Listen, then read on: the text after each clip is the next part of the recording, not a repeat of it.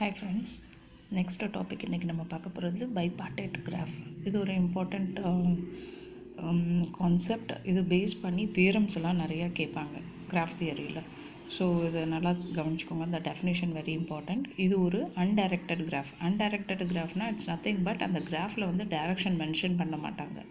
From which vertices to which vertices it travels, they won't mention it. அதை தான் வந்து undirected கிராஃப்னு சொல்லுவாங்க. Second வந்து என்ன கேட்டிங்கன்னா, set of vertices will be splitted into two disjoint subsets v1 v2.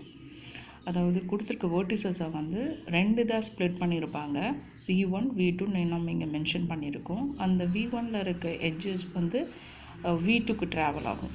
So for example இந்த டயக்ராமில் ஏபிங்கிற vertices வந்து v1ல் இருக்குது, v2வில் வந்து இஎஃப்ங்கிற vertices வந்து இருக்குது. ஸோ ஏ வந்து இக்கு ட்ராவல் ஆகுது, பி வந்து எஃப்க்கு ட்ராவல் ஆகுது.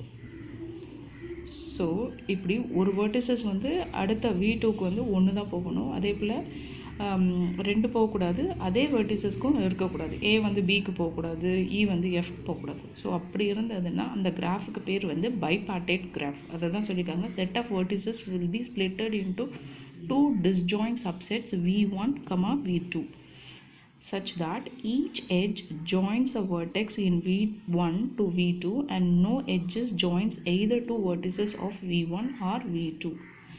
இதுதான் சொல்லியிருக்காங்க ஃப்ரெண்ட்ஸ். நெக்ஸ்ட் வந்து பைபார்ட்டேட் கிராஃபோட கம்ப்ளீட் பைபார்ட்டேட் கிராஃப்னா என்னென்னு பார்க்க போகிறோம். கம்ப்ளீட் பைபார்ட்டேட் கிராஃபை வந்து டினோட் பண்ணுற லெட்டர் வந்து கேஎம்என். ஸோ ஃபஸ்ட்டு இது வந்து வெர்டிசஸை குறிக்குது, செகண்ட் லெட்டர் வந்து எட்ஜஸை குறிக்குது. M denotes the vertices and n denotes the edges.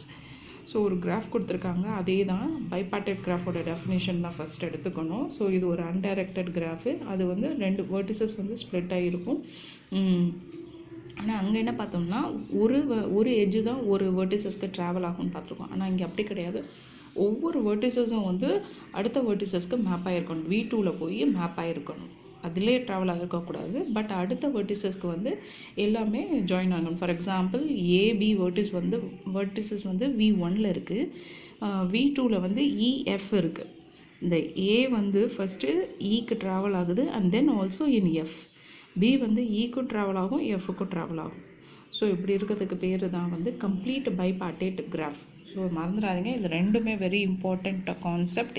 இதை பேஸ் பண்ணி தான் தியரம்ஸ் இந்த கிராஃப் தியரியில் நிறையா இருக்கும். அண்ட் தென் இந்த இதை வந்து கேஎம்என்னுங்கிறது வந்து இந்த கிராஃப் வந்து K22. ஏன்னா 2 vertices v1லையும் v2வில் 2 vertices, 3 vertices இருந்ததுன்னா 3 4 இருந்ததுன்னா 3 4. According to the vertices and edges நீங்கள் மார்க் பண்ணிக்கலாம். Thank you friends.